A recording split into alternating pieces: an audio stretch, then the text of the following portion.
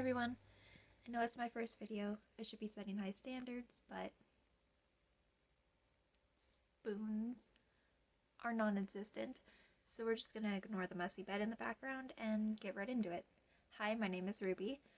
I made this channel to help discuss mental health issues regarding writing, as in portraying characters who have mental health issues like anxiety, depression, and PTSD more accurately to help get rid of the stigma surrounding those mental health issues and to ensure that they're accurate portrayals.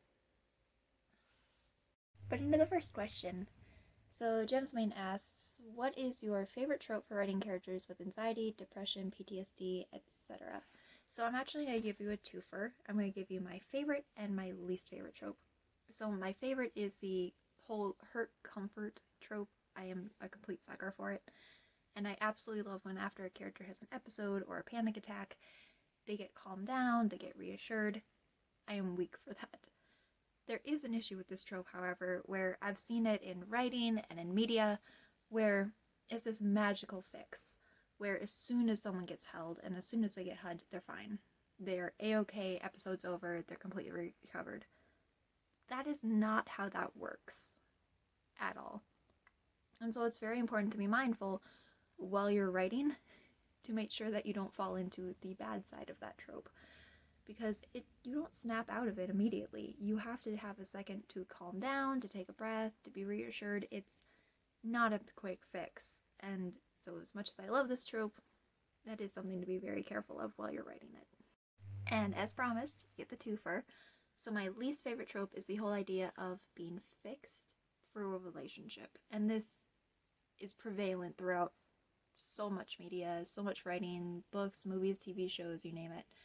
Where is this idea where someone who has trauma, someone who has anxiety, someone who has depression gets into a relationship and suddenly everything is flowers and roses and butterflies. Again, that's not how anything works.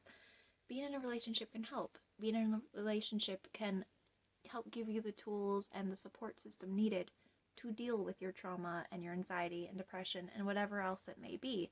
But it's not going to be a magical cure. From personal experience, I suffer from pretty severe trauma. I have diagnosed PTSD, I have anxiety, and I have depression. And if I didn't have my fiance, I know for a fact I would be in a much worse place. But just because I have him doesn't mean I no longer have those issues. I'm better able to deal with them because I know that I can rely on him, but it doesn't mean that I'm cured. And that's a very, very harmful trope to be pushing in the media, where as soon as you find someone to love, they'll fix you. First, that puts a very harmful impetus on the person you are in a relationship with, because they will feel like they have to fix the other person. And that's not okay. It is not their responsibility to fix another person's mental health issues. It is their place to be there for them and to support them and love them and help them through their issues. But it's not their place to cure them, and that is an unfair load to put on them.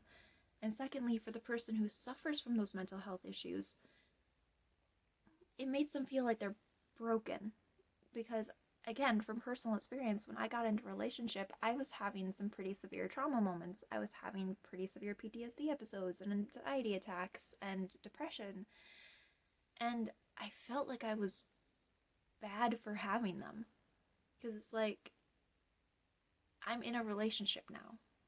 I should be happy. I should be fine. But I'm not. So clearly there's something wrong with me because I'm not suddenly fixed. Because I'd seen that in movies and TV shows, etc. Like mentioned before, it is so prevalent. And it's not true. It is not. And so it makes it feel like you're doing something wrong for not suddenly being okay. So that is definitely, hands down, my least favorite trope. Right there. So I know that was kind of short, but I think I'm just going to leave this here because it is my first video. I want to leave it kind of shorter. I promise I will get better at doing editing and lighting and all those shenanigans later on down the road. I am completely new to YouTube, so this is completely a learning process. But thank you all for being here and for taking the time to learn how to more accurately portray mental health in your writing. It is a very, very important topic to me personally, and it's very nice to know that there are people out there who want to help destroy the stigma around mental health issues through their writing. So thank you all very much again, and I hope you have a lovely day. Bye!